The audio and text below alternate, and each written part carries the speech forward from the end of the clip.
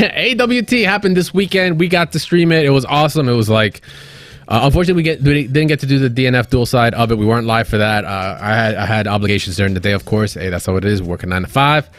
But we did get to catch from the rip the Guilty Gear stream as well. So if you want to check out the VOD for that, check it out. Check us out on twitch.tv/smash those buttons, or on our YouTube. It's going to get posted up there too. I'm going to do a slight edit. YouTube is at DoubleTapFGC. Make sure to come subscribe there, guys. We're really close to 100 subscribers. But yes, AWT went down. Let's just start with some DNF. Let's go with the results and what got shown off. So you guys got to watch. I think, Mez, at a minimum, I think you were definitely sitting down and watching. I just honestly could not get a feed at the time, so I didn't get a chance to check it out. But what went down? So the top tiers. Did someone come in and slay the tier list that everyone's been throwing out there and just changed everything, flipped the script? Is that what happened? I mean, realistically, no. We kind of expected we expected a lot from some people. So, like, we expected Mrs. Smash to come in to, like, just change the whole landscape. But, you know, Vanguard's still not as strong, I guess. And he kind of had a hard bracket. Hitman got taken out early. K-Top just kind of couldn't cut it. I feel like there's some players who showed up ready to play way more than others. Okay. Obviously, your winner being Goichi playing... Okay, let me make this very clear to people. People are going to try to sit here and say Swiftmaster is so godlike. Goichi played him so much. Goichi played him one set, and that was it. Every other game, he was playing Crusader. I mean, what do you mean? Swiftmaster? He's the only Swiftmaster here in top 8. What are you talking about? He's the only...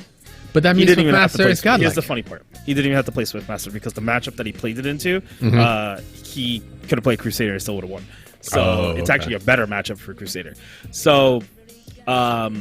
yeah, I mean, Goichi kind of stomped the whole tournament with just primarily Crusader, which is one of the strongest characters as in representation there. Nanopon being Striker, obviously Striker's still top 4 or 5, whatever you want to consider top 3. Still super strong.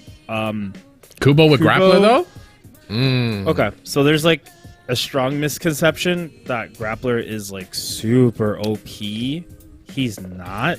It's just people don't know the matchup still because there wasn't enough to begin with. And Kubo just is one. It's Kubo. It's godlike. Yeah. But 2, you know, a lot of people didn't really study as much as they were supposed to. This character has gotten away with like murder in a lot of situations.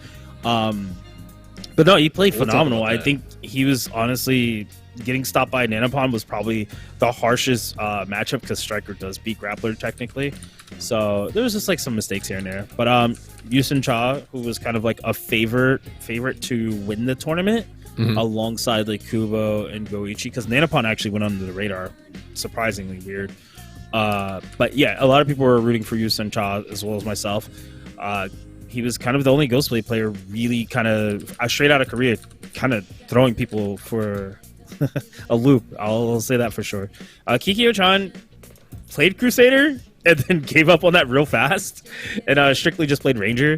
Lawsol, actually the only American representation, did phenomenal. I think for the situations that he got put up against, the lack of knowledge that he had, he did fairly well. I just think that it was a fun watch. I do think that people felt like we should have had a top 16. I'm pretty sure Guilty Gear might feel the same. But top 8 doesn't show the true representation of how strong many players are missing. But this was still a really good showcase of a lot of the top echelon with the specific characters that they play. Goichi's, of course, a side effect to this whole tournament that doesn't make sense to anyone and never will, because he's just Goichi. He just plays... He's like the you know, the Japanese Sonic Fox. What can you say? You know, you got to deal with another form of Sonic Fox, and vice versa. Wherever you go. So it's either Go1 or it's Sonic Fox. Right? That's definitely a good way to put it for sure. Let's see. But yeah, no, it was a fun tournament to watch. It didn't take long, that's for sure. Even everything being 3 out of 5, it's like 2.5 hours. We were like ahead of time by like half an hour. Yeah. We were still like in the 30-minute countdown before we got the Guilty Gear. There were 9 3-0s. Oh, okay, that's what it was. Yeah, that explains that. That can explain that. I think people have to understand, like, this game can come off as really volatile, but this is pretty tame for, it's pretty tame for an 8-in game. But it's one of those games where if you make enough wrong reads or mistakes, just like any game, but in this game, if you make enough wrong reads, like 2, sometimes 1, you do die, right? It's not like Power Rangers where you get touched and you're gone instantly, right? So even with UMVC3, sometimes situations just don't allow for you to kill because of your team composition or even whether you have meter. In this game, you always have meter, technically. And it's very easy to lose sight that neutral is a really big part of the game. So yeah, no, it was really fun to watch, even though everybody was kind of getting like swiftly dealt with. Body. Yeah, it was weird. It's weird seeing some of the highest players. Only very few were going, to the very last round. But any who weren't, it was kind of like, it's not like they're washed or bad. It's how the game works sometimes. Yeah, sometimes you're hot, sometimes you're not. It'd be like that. So with Goichi taking the championship, taking home, what is it, like $50K, right? Like $50,000 going back to Japan. Japan, unfortunately, is taking both the Guilty Gear Strive and DNF Duel, man. They took all money. If you just show up, you make like $3,000. So you do just show up, and they paid for you to show up, and they paid for you to show up. On top of that, they paid for you to show up and paid for you to get just money. Play. Isn't that the what dream? We all want? Like the dream. It's funny. I'm gonna just sidetrack for like 2 seconds. It's kind of like what was going on with the whole like golf. I don't really watch golf like that, but I do hear about it, and I have watched some stuff on it. It's like the whole live thing. People have said, a lot of golfers said, do I want to play against 156 other people without knowing if that whole weekend, like, it's just like us. The first day is, can I qualify to make money, right? For the next day. They play for like 2 to 3 days, like 4 days, and it's like the first 2 days, do I qualify and make that cut to just start making some money, right? So, and that's at the low end of like maybe like 20, 30, 40 grand, right? So I can only imagine, like, for us is, but when they went to live, they're like, hey, we're getting paid just to show up, win or lose. So these guys kind of got the chance to show up and win and get paid, win or lose, right? But you obviously want to win. I mean, yeah, of course you want to win. But also the benefit is most of these guys also, have won an event in order to qualify, right? Like it. So they were already making the dough regardless. Let's not misconstrue. Some people there did not win an event to. Some didn't, right? Some were still second, right? Some seconded, or thirded and qualified. And you know what? And in some of those majors, that is just as powerful. Let's go! The Goichi pop off. Let's go! Goichi's like, yeah. See, y'all suck. You see this? I didn't even play this game for 6 months. Look at it. Oh, and he perfected. On the last one. I didn't get a chance to check that out. I mean, check the beginning of the round. I want you to see the beginning of the round. Oh, I saw the white health and just like, you don't get to play, son. I'm gonna say this. One uno grab, dos grab. I'm gonna say this for the record. Most people don't understand, but the stuff that Goichi was doing this weekend, it's not like hardcore new stuff. It's stuff that we've known. But Goichi's like abusing the hell out of the fact that there's a situation that Crusader sets up that with his we call it the disco ball. That literally once it happens, you get guard broken. There's no option out of it. And if you try to guard cancel out of it, you still get hit by it. So he still gets the combo. That's what I want. Yeah, this character's a little overtuned right now. That's what I want. I want that pop off. I want that fucking energy. That's what I'm talking about. Still with Cyclops too. Yeah, he is. I don't think he's ever leaving. They're never getting rid of him. They should. They're never letting him go. My man is just representing, man. Representing hard. All right, so look. Well, what you got? I was just gonna say, I'm just surprised. Like, don't be surprised if you see like Sonic Fox leave EG and end up on Cyclops, and they're like, "Oh, we got the 2 best now. What are you gonna do?" Maybe we'll see. What are you talking about? They have Fenrich and Dogra. They're fine.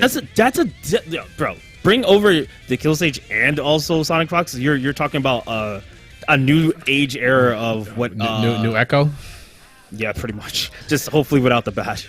All right. So with that, post, hey, tournament's all nice. It's whatever. You know what we're here for? We're here for goddamn announcements. And we finally got some water in the desert that has been a DNF Duel about, I think, Static, you said like almost a year later since the announcement. No. I think.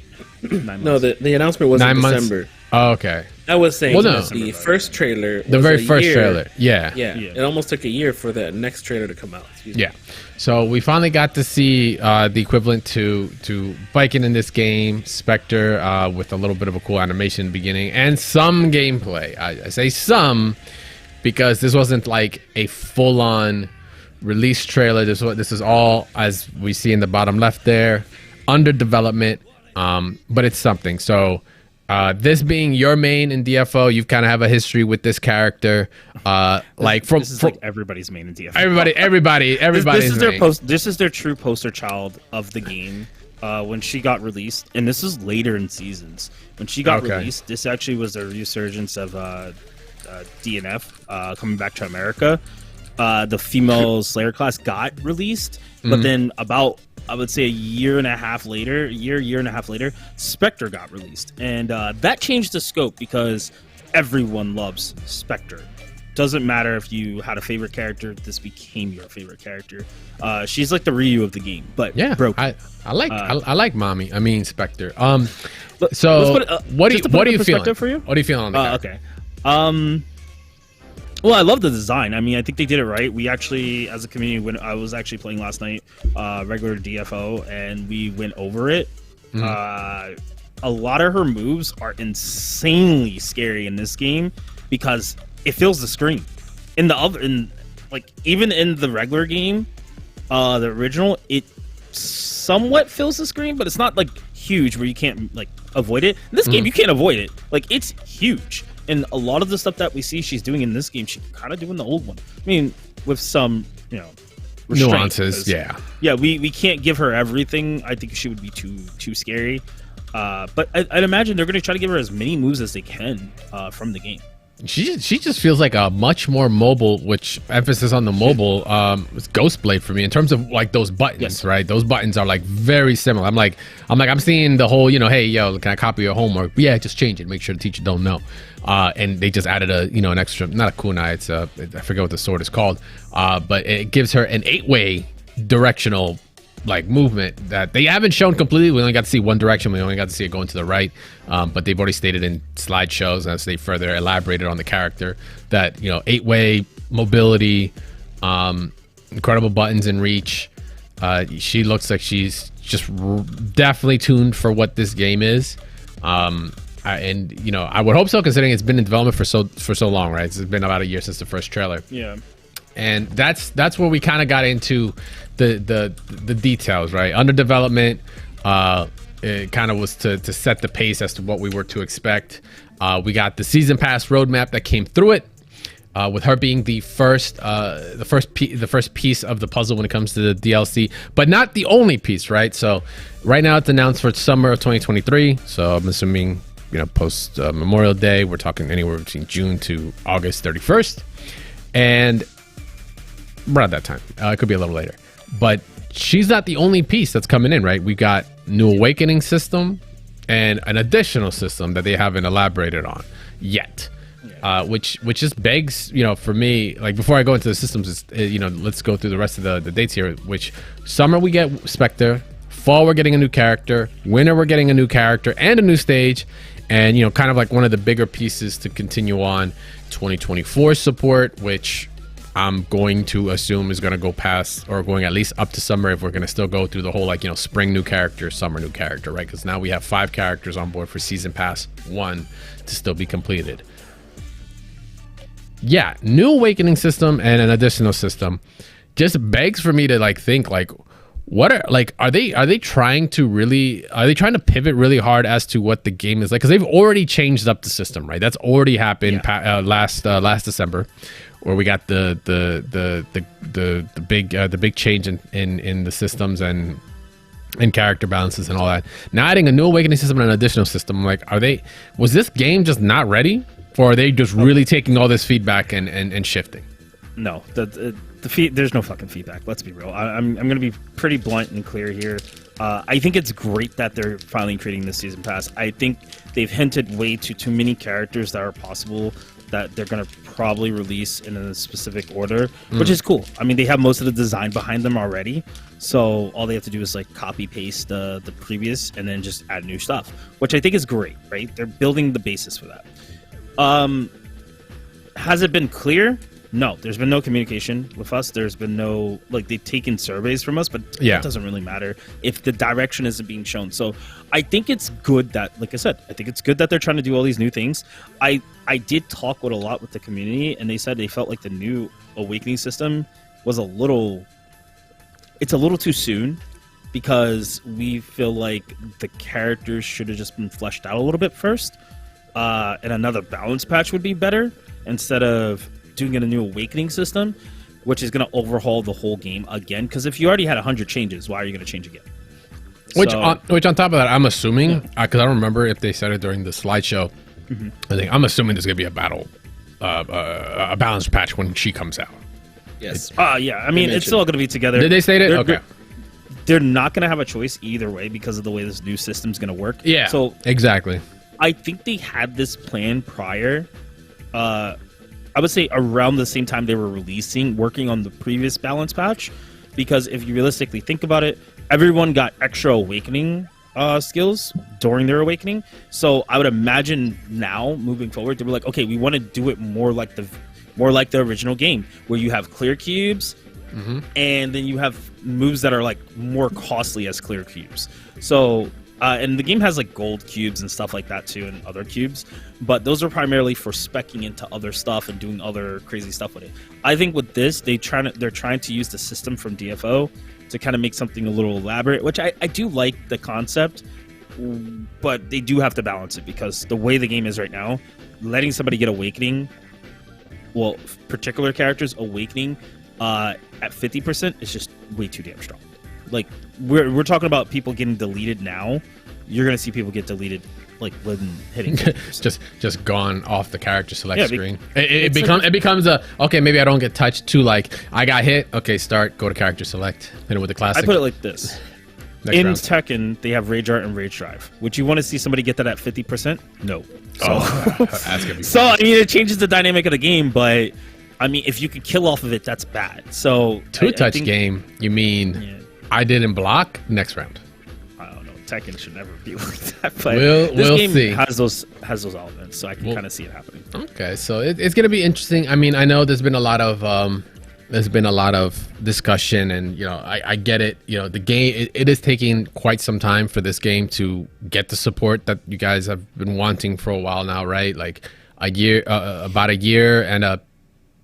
What was it, a year and a half almost? About roughly. About a year and a half, right? July. Like, so summer. Okay, so it's gonna be about a year for what's it called, DLC to drop. While as you know, if we look on the other side of like other games that are getting supported by even same company like ArcSys, but that's like their internal IP. It's a little different. Like I want to make it very clear.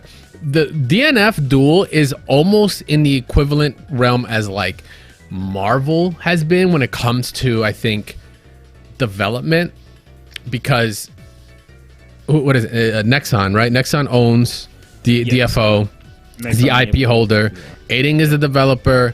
ArcSys is the publisher, right? No, like, so I don't know anymore, because they had like the Nexon publisher there, and I'm like, who the hell is publishing the game? Technically, I would imagine it's ArcSys, publishing the game. That's what I'm assuming. They also had ArcSys development team there, so it's like. Yeah, ArcSys has a hand in the development too. So I just don't think they have as heavy. Yeah, they don't. I don't think they have as heavy as a hand. So like this game, I think just deals with a lot of the bureaucracy that you have to deal with when it comes to IPs that are owned by these. Because this DFO is huge. Like I don't think people understand in China and like EMEA and stuff like that. Like China, Japan, it's huge. It's a huge IP, and it brings in good, I'm assuming, revenue for them. It's been going on for so freaking long. So and this game doesn't even exist in China right now. So like there's definitely some red tape that's going on behind the scenes to the levels of, like I said earlier, like Marvel. Like if for those that know about the development cycle when it came to even like post Marvel 2, because that was like kind of the line. Like Marvel 3 in itself was a miracle to be made, because of some people owned certain characters while certain companies own certain names. Like and it really, you need to have a consensus before you can really move forward with anything as far as, you know, what characters you're allowed into the DLC that's going to be, you know, free to actually, you know, to develop for. So I think DNF is kind of in that. But the good thing about it is, like, once it gets past a lot of that initial red tape, like, I think the process will be much easier. I did think this freshman year is just rough. That's it. I guess it kind of bothers me because I look at Exceed and how they worked hand in hand with Arc System Works as well, and they didn't have a problem, right? You know, they were fleshing out characters like it was nothing, but then they also had more fleshed out, right? So that's why I'm kind of confused why this game was so rushed, considering, and I do know why personally, because when we got a lot of those new updates, it was like in time for DFO's year. So they were trying to push DFO. That's why they had a tournament. If you play in DFO, you can play in the DNF Duel tournament. So it's weird because they also did this weird banning towards Lost Warrior for the Nexon tournaments. But nothing's considered a Nexon tournament unless it's through Nexon.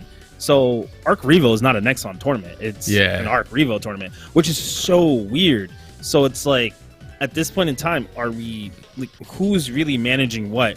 Are we going to start seeing a weird divide through the community? I don't want to see that. So, like, a lot of the community is kind of working together to keep everything afloat and keep, like, new players who are coming in because of this update to kind of get into the game more and talk and just that's the best thing you can do, man. If you like the game, you got passion for the game, yo, just play the game, keep in the lane, support the TO, support the homies, support the streamers, support the content creators. Keep it going. That's the best advice I can give you. The DLC will come. Just be patient. Yeah, exactly. Under Night got the shaft on everything, but they were always at Evo. Yeah, you know, they always got an opportunity. So I mean, well, they weren't always, but they got that opportunity. Towards like the tail end of things. There's no reason why DNF Duel cannot do the same. So so if you're gonna take anything away from the rant, yo, just keep on it. Like, keep supporting. It'll get there. All right, just. If you have love for the game, you got passion, just keep playing it, all right? Fuck whoever is there. Like, if it's just you and 12 other people, then you are going to be the 12 hardest motherfuckers in the game. Hey, so. at least this won't be that hard to get into Arc Revo. Right? Exactly. Already in there. Look at me, ma. Top 8 after one match. I'm godlike.